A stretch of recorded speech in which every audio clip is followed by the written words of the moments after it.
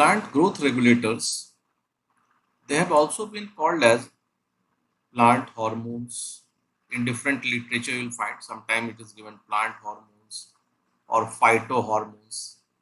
Phyto means plant or plant, so hormones found in plant. And a generic term, plant growth regulator. So they are responsible for regulating the growth aspect. We will take up the plant growth promoters one by one. The first plant hormone or plant growth promoter is auxin. Auxin.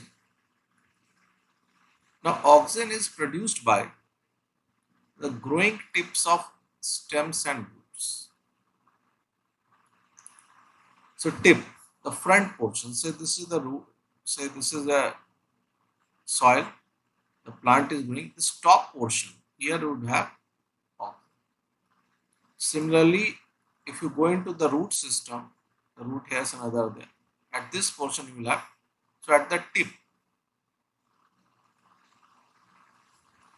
growing tip of stem and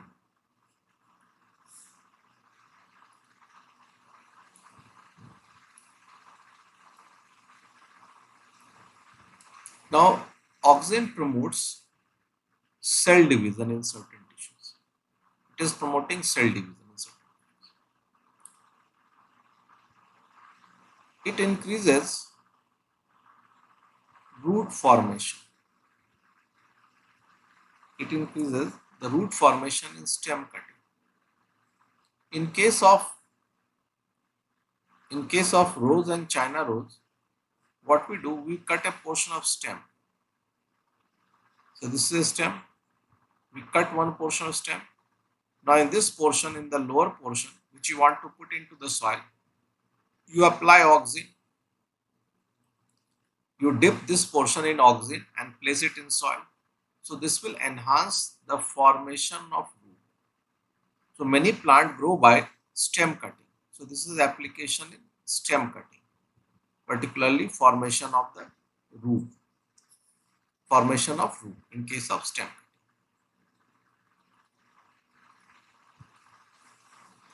cutting. It increases or it causes parthenocarpy in fruit.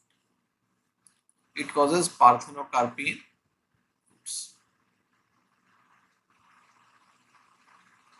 Parthenocarpy means seedless fruit. Nowadays, you have greater demand for seedless fruit in the market. You might have observed grapes and others, they are of seedless variety.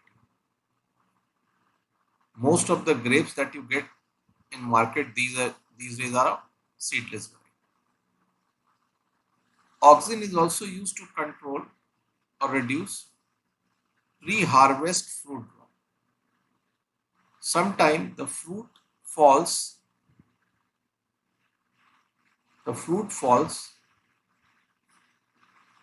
before the harvesting season.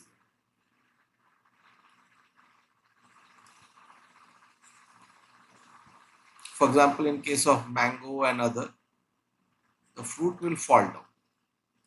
Now, the application of this hormone will control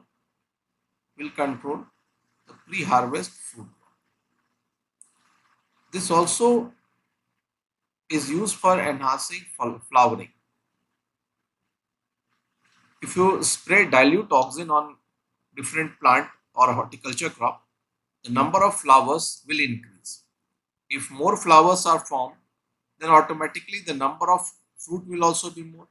So basically, the flower will be fertilized. There will be fertilization in the flower, and the ovary will be changed into fruit. So this will increase the overall fruit formation. 2,4-D is a synthetic auxin. 2,4-D is a synthetic auxin, and this acts as a weedicide. UPSC has asked this question multiple times. UPSC has asked it multiple times.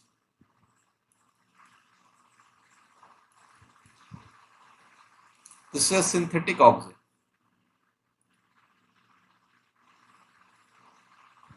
This is used as a weedicide. BD side.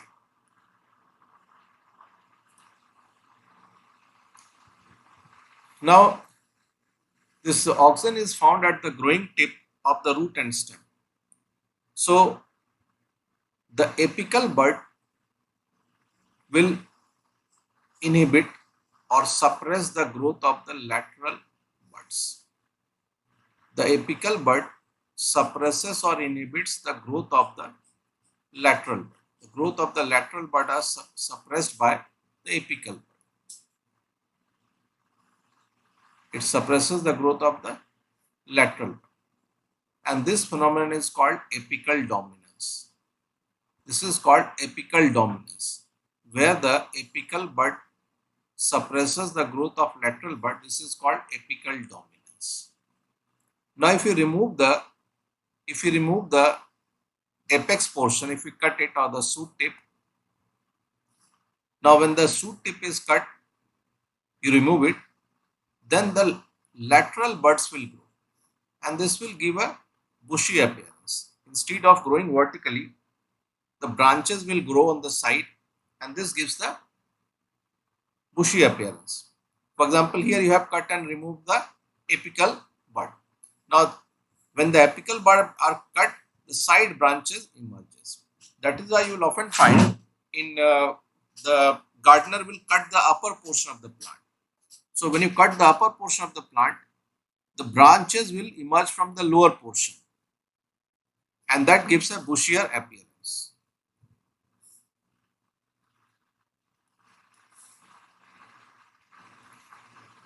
So when you remove the terminal bud, and the dormant lateral bud will develop, and this will give a bushier appearance. The side branches will grow. The side branches will. So one is auxin, second is gibberellin. Gibberellin causes elongation of stem and expansion of leaf. So this will happen under favorable condition. These things happen under favorable condition. So when favorable conditions are there, plant will promote growth. So this is example of a growth promoting. So it causes elongation of stem and expansion of leaf. Now with the arrival of good weather, the seed has to germinate. That is why it breaks dormancy in certain crops. For example, potato. In case of potato, if you apply this hormone, you will find eyes like this will come out. You might have observed in your kitchen, if you are keeping potato for a long time, you will find eyes like this come out. So, if you are storing it in cold storage, this will not happen. The emergence of these eyes is an indication of breaking of dormancy. Is indication of the breaking of dormancy. Now, gibberellin is more effective. Gibberellin is more effective in inducing parthenocarpy than auxin. It is more effective in inducing parthenocarpy than auxin, that is seedless variety. And this promotes, gibberellin also promotes germination and flowering. So spray of gibberellin will increase flowering in certain plants, and the seeds will germinate. Germination means favorable condition is there. So this is a hormone which is promoting growth. It gives a signal to the plant that grow conditions are favorable. Now, if the plants are sprayed, particularly in sugarcane crop, with gibberellin, it increases the length of the stem, and therefore the yield will increase. So when you spray this hormone on sugarcane crop, the length of the stem will increase, and this will increase the yield. Gibberellin also delays the process of aging or senescence. Senescence is also the process of aging. So it delays senescence or aging. The aging process is delayed by the hormone gibberellin. Aging process is delayed by the hormone gibberellin. Next plant growth promoting substance is cytokinin. Cytokinin causes growth of lateral buds. and these lateral buds are suppressed by auxin. So when you cut the upper portion of the plant, when you do pruning, the upper portion is cut, say this is the top portion. When you have cut this portion, then the lateral branches will grow under the influence of cytokine. Cytokinin also delays aging process or senescence. It delays aging or senescence process. Next hormone is your ethylene. Ethylene is a gaseous hormone. It is an example of a gaseous hormone. Ethylene is a gaseous hormone. And it is synthesized in tissues that are undergoing aging or senescence. It is synthesized in tissues undergoing aging process. And ethylene is responsible for ripening of fruit. Ripening of fruit is done by ethylene. It causes ripening of fruit. Ethylene causes ripening of fruit.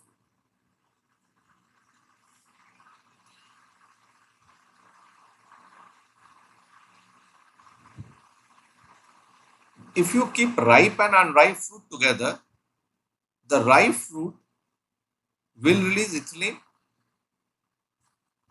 and this will cause the ripening of the unripe fruit. That is why different lot of fruits should be kept separately. You cannot mix fruit of different lot. A fruit which is ripening will release the hormone ethylene, and this in turn will have its own impact. That is why the fruit that are plucked on different days, they should be kept separate. They should be kept separate. They should not be mixed. Nowadays in many areas you will find there is large scale misuse of a thing called calcium carbide. Calcium carbide is being utilized for artificial ripening.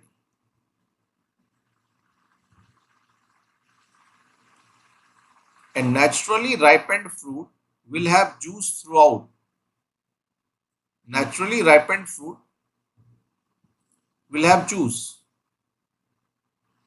Whereas in case of artificial ripening, you'll find the color might be there. Red or yellow color is there, but juice will not be present in that food. So calcium carbide is carcinogenic. It can be carcinogenic.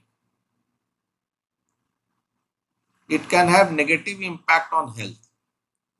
Calcium carbide can have negative impact on health. Negative impact on health, including nervous system. It can affect the nervous system also. So calcium carbide can affect the nervous system also.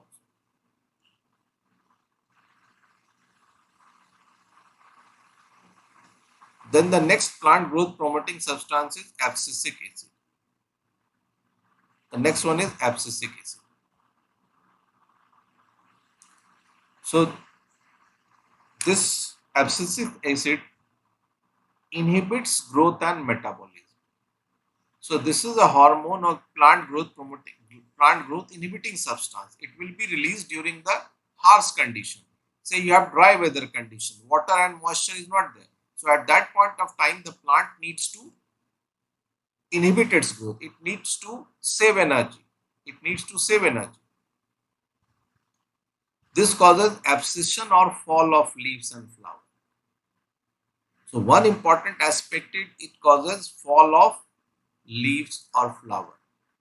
And this is basically a mechanism to prevent water loss.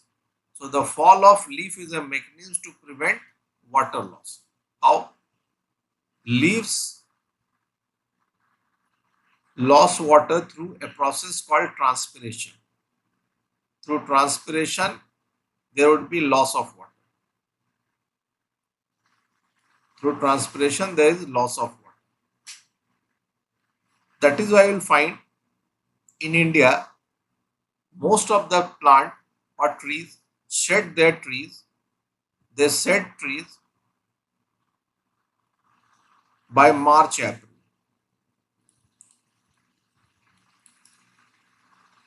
And the new leaf will arrive after monsoon. So this is the condition of deciduous trees. Deciduous tree have their leaf fall, and leaf fall is a mechanism to prevent water loss. For example, in India, you have rainfall during monsoon and you have winter rainfall from your winter rainfall due to your western disturbance. So last of the western disturbance arrive in North India around your February or March. After that, you don't have rainfall, so the amount of moisture will go down. Now, one mechanism to survive is to reduce the loss of water. That is why the leaf will fall down and the new leaves will come after the arrival of monsoon. That is why most of the forests in India are example of deciduous forest. Most of the forests in India are example of deciduous forest. Now, if the condition are adverse, should the seed germinate? No. So that is why abscisic acid will make the seeds dormant. So abscisic acid is a hormone that is or a plant growth inhibiting factor. It asks the plant to utilize minimum resource. The condition are harsh. The condition are harsh. So this leaf fall leads to the condition of deciduous forest. Now another chemical is Agent Orange. It is not a hormone. Agent Orange is a chemical, is a man-made chemical, and this was used as a defoliant. Defoliant means remove leaf.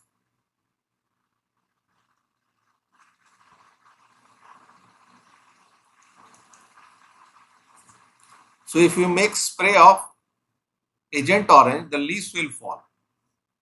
And this was used during Vietnam.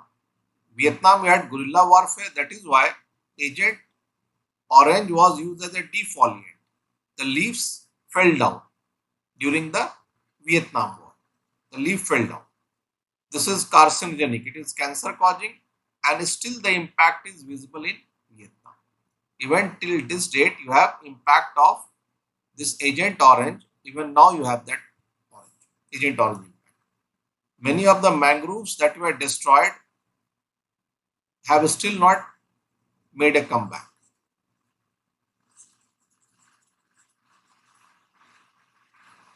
Now moving into the ecological adaptation in plant. What are the ecological adaptation for plant? So next topic I am picking up is your ecological adaptation. Ecological adaptation. So we had discussed about plant growth promoting and inhibiting substances of plant hormone. So next is your ecological adaptation. How the plant adapt to the existing condition. Any organism will have to adapt to the existing environment. So first, let's go into hydrophytes. Hydrophytes are plant found in water area, water loving, found in the waterlogged area or submerged in water. So they can be floating. Hydrophyte can be floating. Example of floating plant is your water hyacinth.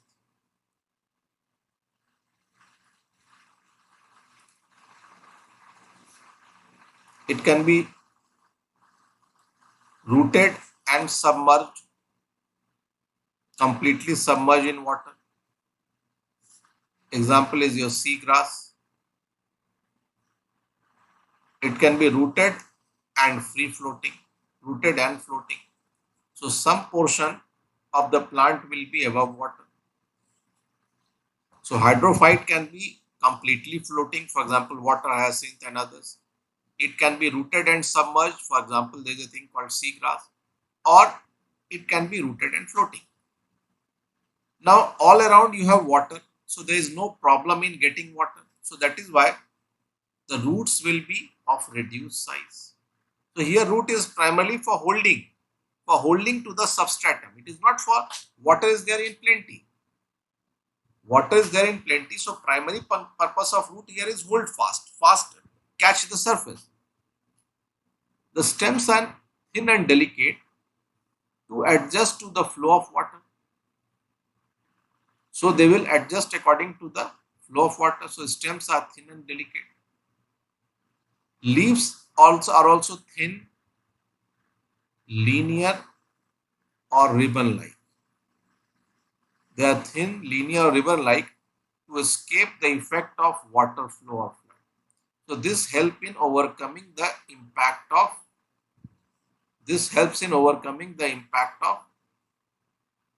water flow. So water flow will not damage the leaves. The leaves will not be damaged by the flow of water. They will not be damaged.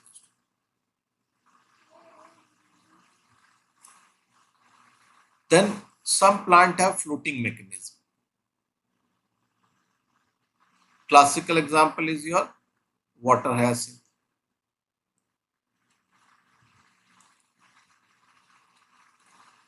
So they have temporary air pocket and storage system of air that makes them light and they can float. They can float.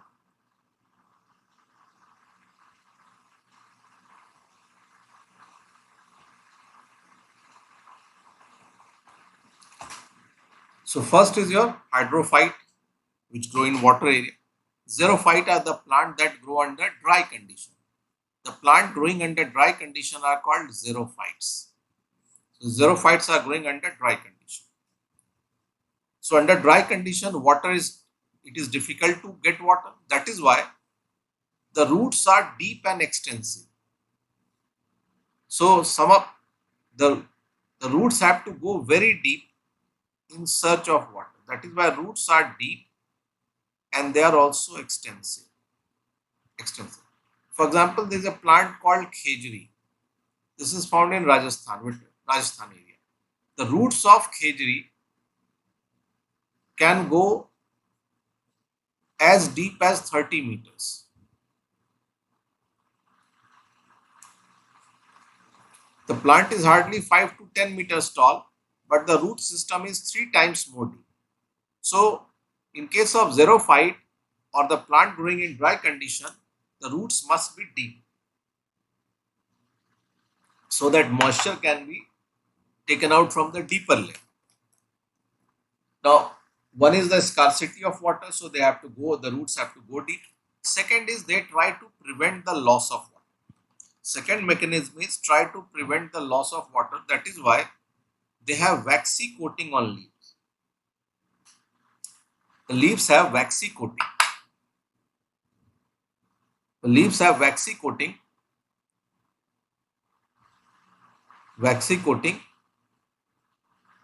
and this prevents loss of water. The waxy coating on leaf and stem, you will find, take the case of cactus. Cactus surface is leathery, so this prevents loss of water through transpiration. It will prevent the loss of water through transpiration. Leaves may be small or converted into spine. The size of leaf would be small. This is khejri tree. Khejri tree is the state tree of Rajasthan. Khejri is the state tree of Rajasthan. Now this has small leaves, and in some case the leaf are converted into spine. For example, cactus. In cactus, the leaf is changed into spine. So this will reduce the loss of water. These all are mechanisms by which loss of water is reduced. Another aspect is water is stored in succulent stem and sometimes even root-like structure. You might have observed some of the serial called serial Man versus Wild. In that, he shows you that, okay, if you take out this root or stem, you can use it for drinking purpose. If this plant in desert area stores water in its root or stem. Stores water in its root and stem. Next is your mangrove. So mangroves are basically plant growing in saline and marshy area along the coast. So mangroves grow in saline area and marshy area. They grow along the saline and marshy area along the coast. In India, maximum amount of mangrove will find in case of West Bengal and then Gujarat. West Bengal and Gujarat have dense mangrove forest. So mangrove trees are evergreen, means leaf fall is not there. Just before we discuss slightly, we had discussed about abscisic acid. In India, most of the forests are deciduous forest. Deciduous means there is leaf fall. Why? To overcome the scarcity of water. Here all around there is water. That is why the mangroves are dense forest but are of evergreen nature. Small evergreen trees. The leaf will not fall. Why? You have water all around. Though it is saline water, so they are able to use saline water. That is why the size is not very big, but they are evergreen. There is no fall of leaf. Now, in case of mangrove, you have presence of breathing roots or pneumatophores. Very interesting point. Now, this plant is found in coastal area. In high tide, in the period of high tide, this entire area will be filled with water. So the roots will not be getting sufficient amount of air. That is why in case of your mangrove, you have presence of pneumatophores or breathing roots. You have presence of pneumatophores or breathing roots.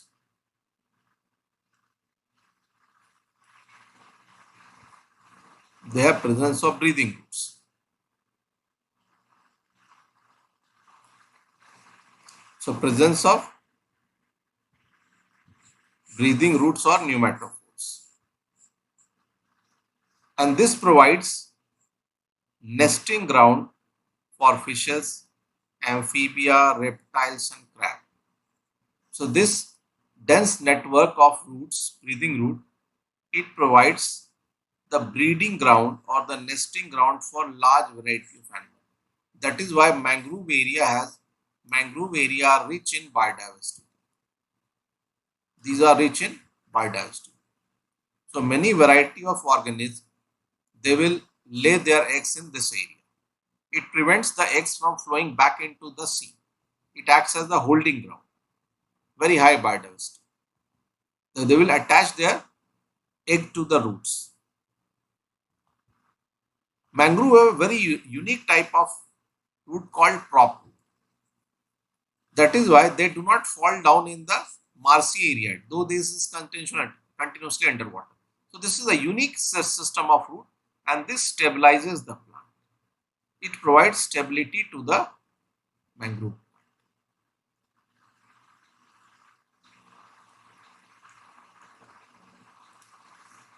So this provides anchorage in the area, in the marshy area, anchorage. That is why the tree will survive well.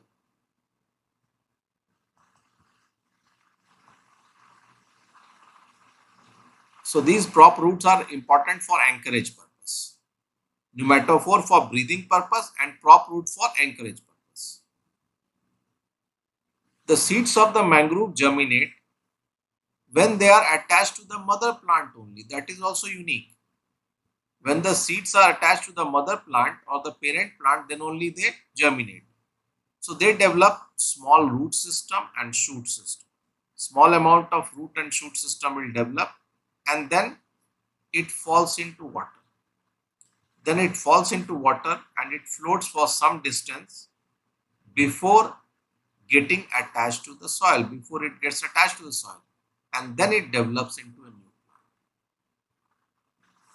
This is called vivipary. This is unique feature. This is unique feature that the seeds germinate while they are attached to the mother plant. Why? All around you have water. In this area you have all around water. Now if the seeds fall in water,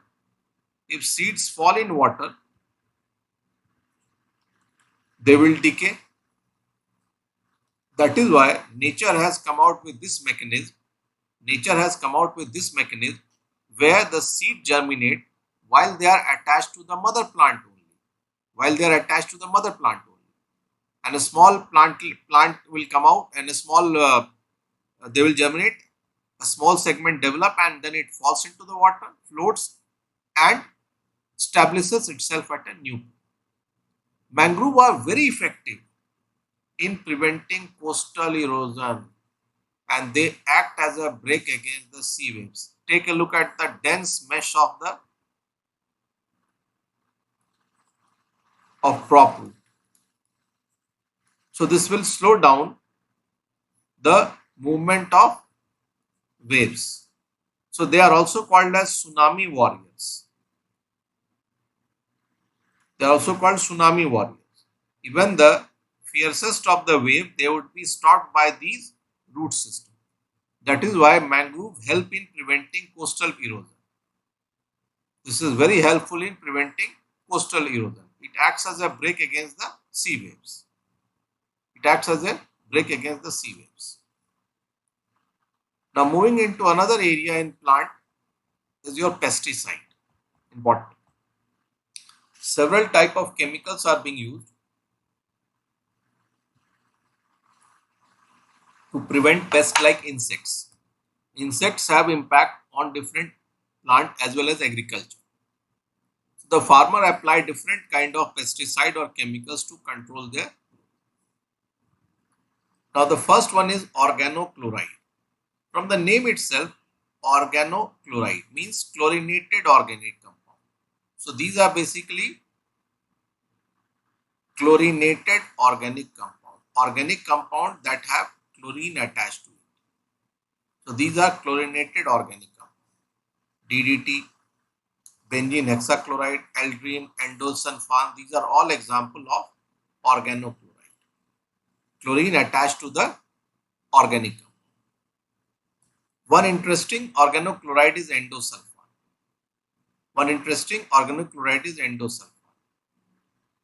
Now endosulfan has been banned in Kerala and Karnataka, and this endosulfan was used on large scale spray for cashew plantation in Kerala and Karnataka area. And this has led to incidence of neurological disorder and it has been banned.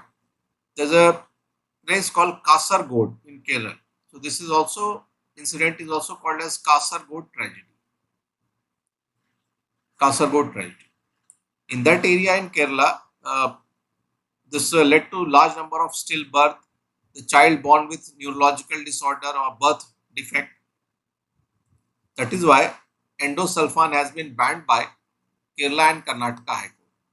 So endosulfan has been banned by Kerala and Karnataka High Court.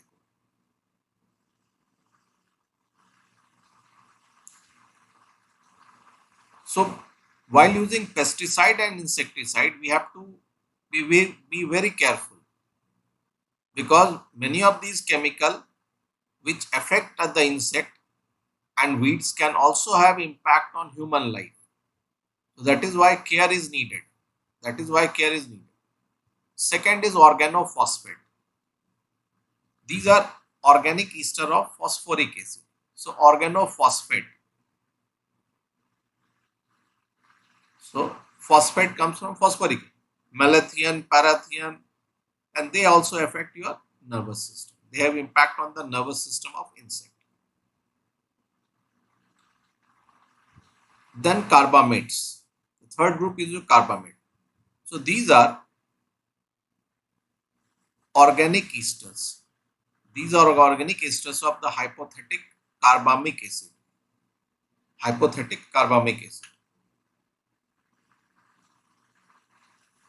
And their structure is similar to acetylcholine. Acetylcholine is a neurotransmitter. So their structure is similar to acetylcholine, the neurotransmitter. Example are carbofuran, LD-carb. These are example of carbamates.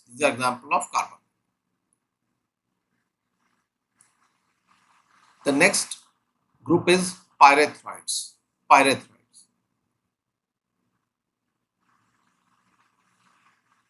Pyrethroids are basically synthetic derivative. These are synthetic derivative of pyrethrin.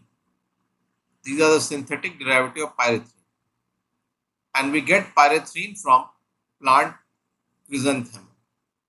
Chrysanthemum. We get it from plant chrysanthemum. It is less toxic among the pesticides.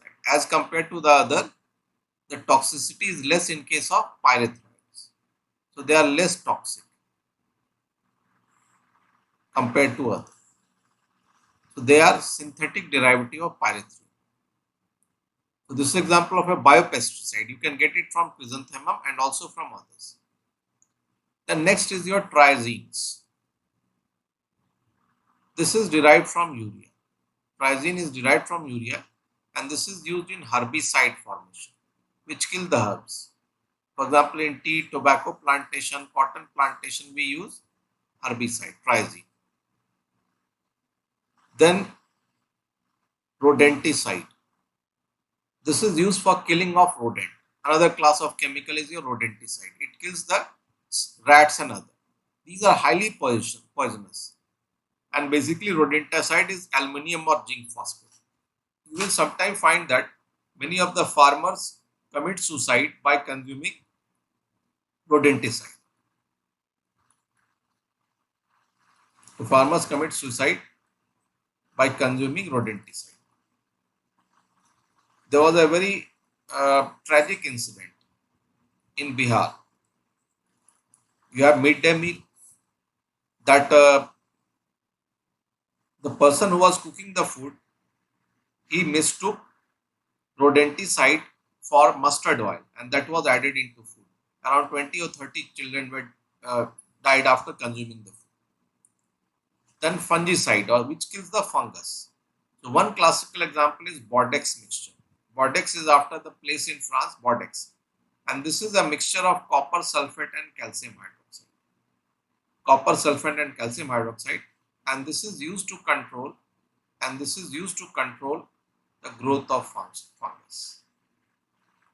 This has been extensively used in the grape farm and other areas. This has been used extensively in the grape farm and other areas. Now, we are moving toward an era where we are using integrated approach. Where we are using integrated approach in agriculture and other fields. So, one is excess dependence on only one factor, another is having an integrated approach. So, IPM, integrated pest management, talks about utilizing all the available methods for pest control and management. Rather than just depending on one, it is talking about utilizing all the available method for pest control. For example, cultural method. Cultural method includes crop rotation, strip cropping. For example, let's first take crop rotation.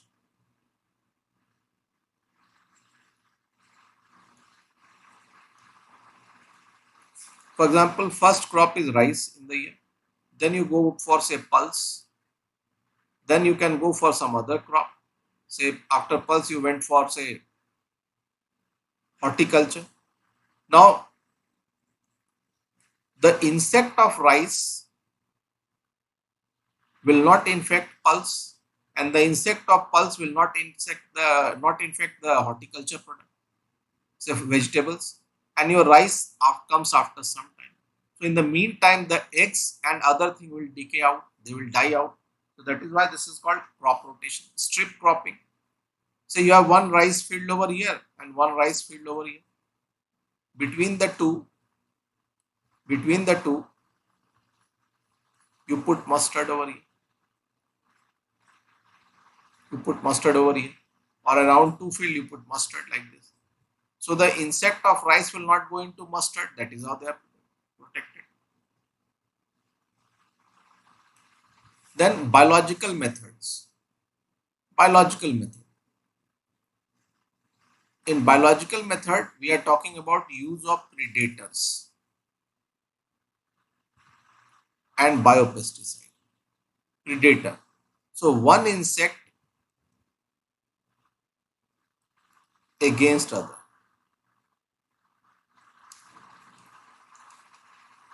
or one organism. This is the concept of biological control. Biological control means use of one living organism against the other. Biological control refers to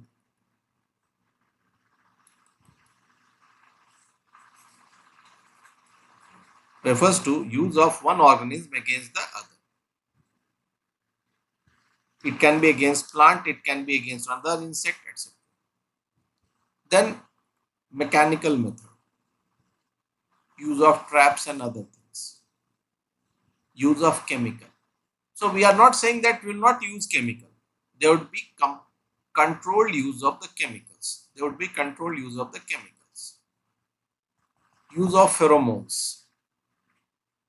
Pheromones affect the behavior of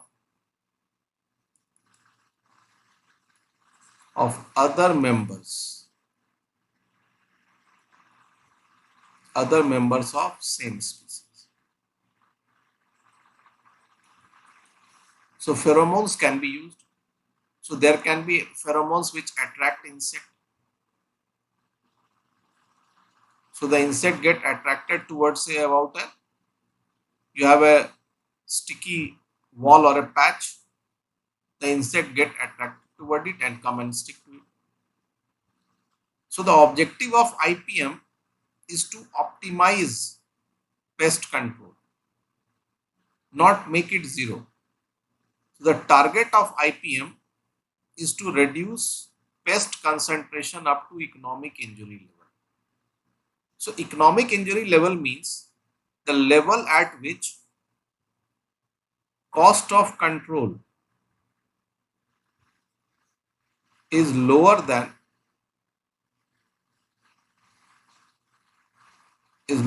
the benefit.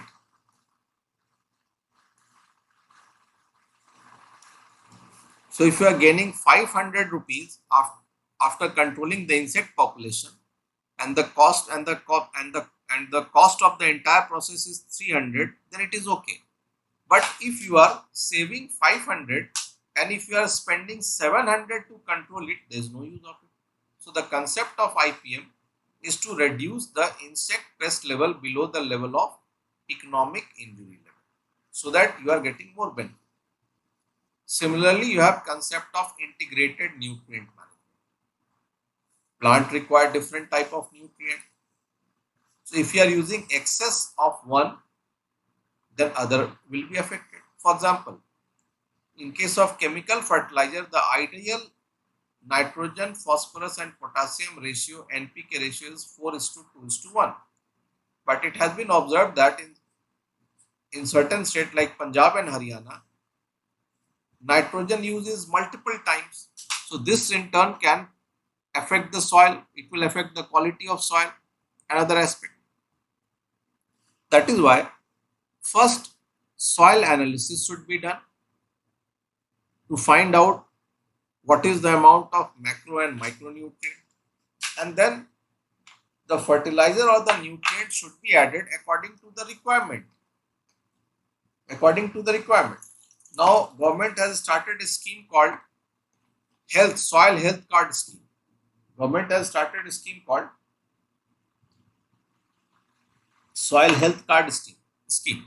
So under this soil health card, the biochemical analysis of the soil is done, and based on the deficiency in the soil, the fertilizer and other thing will be added.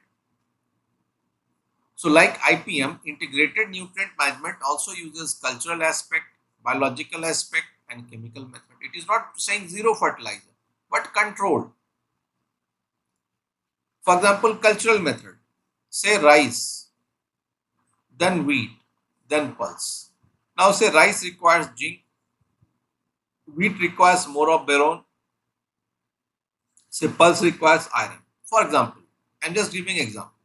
So when the rice will come back, by that time this zinc will be replenished. If you are going only for rice continuously, 3 crop of rice throughout the year, what happens? There would be deficiency in the soil of one particular micronutrient. So one is cultural aspect. Then Biological fertilizer, in place of chemical fertilizer, we can go for biological fertilizer. For example, blue-green algae, very effective in case of rice plant. In rice, we prepare mud and then transplant the rice sapling. So here we can use blue-green algae. Blue-green algae is very effective in rice field.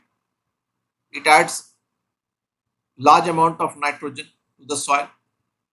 Then nitrogen fixing bacteria in case of legumes. In the legume plant, inside the soil you have root nodules, and these root nodules have the bacteria called rhizobium. Rhizobium can fix atmospheric nitrogen, and that is why they increase the nitrogen content of the soil. So the rhizobium bacteria increases the nitrogen content of the soil. They are very helpful. They increase the nitrogen content of the soil.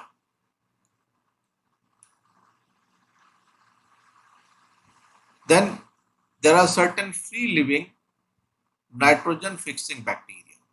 So here this is a symbiotic association between the roots. Then you have certain free living nitrogen fixing bacteria. Example is Azotobacter, Clostridium. So they can survive freely in the soil. There is no need of association with the root.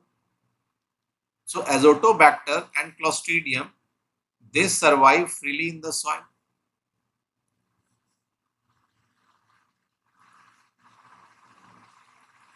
They can survive independently, and they fix the atmospheric nitrogen.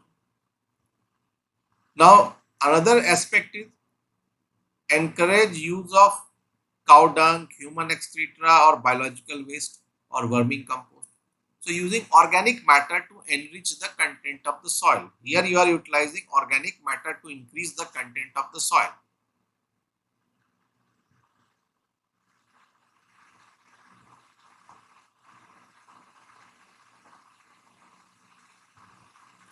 Vermicomposting is also getting very popular. You use the earthworms.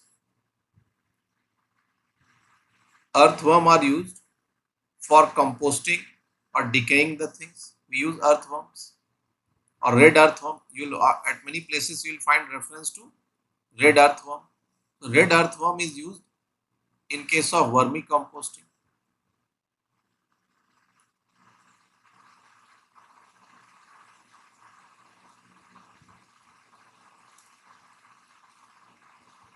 Cultural method.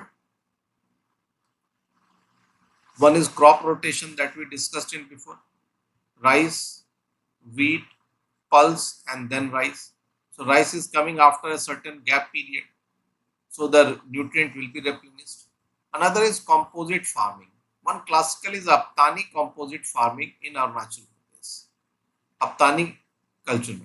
Here rice fish cultivation is done, and at the bund you grow millets. Rice fish is there.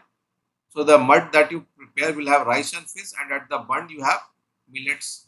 So these millet suppress the growth of weeds, and they also stop the soil loss.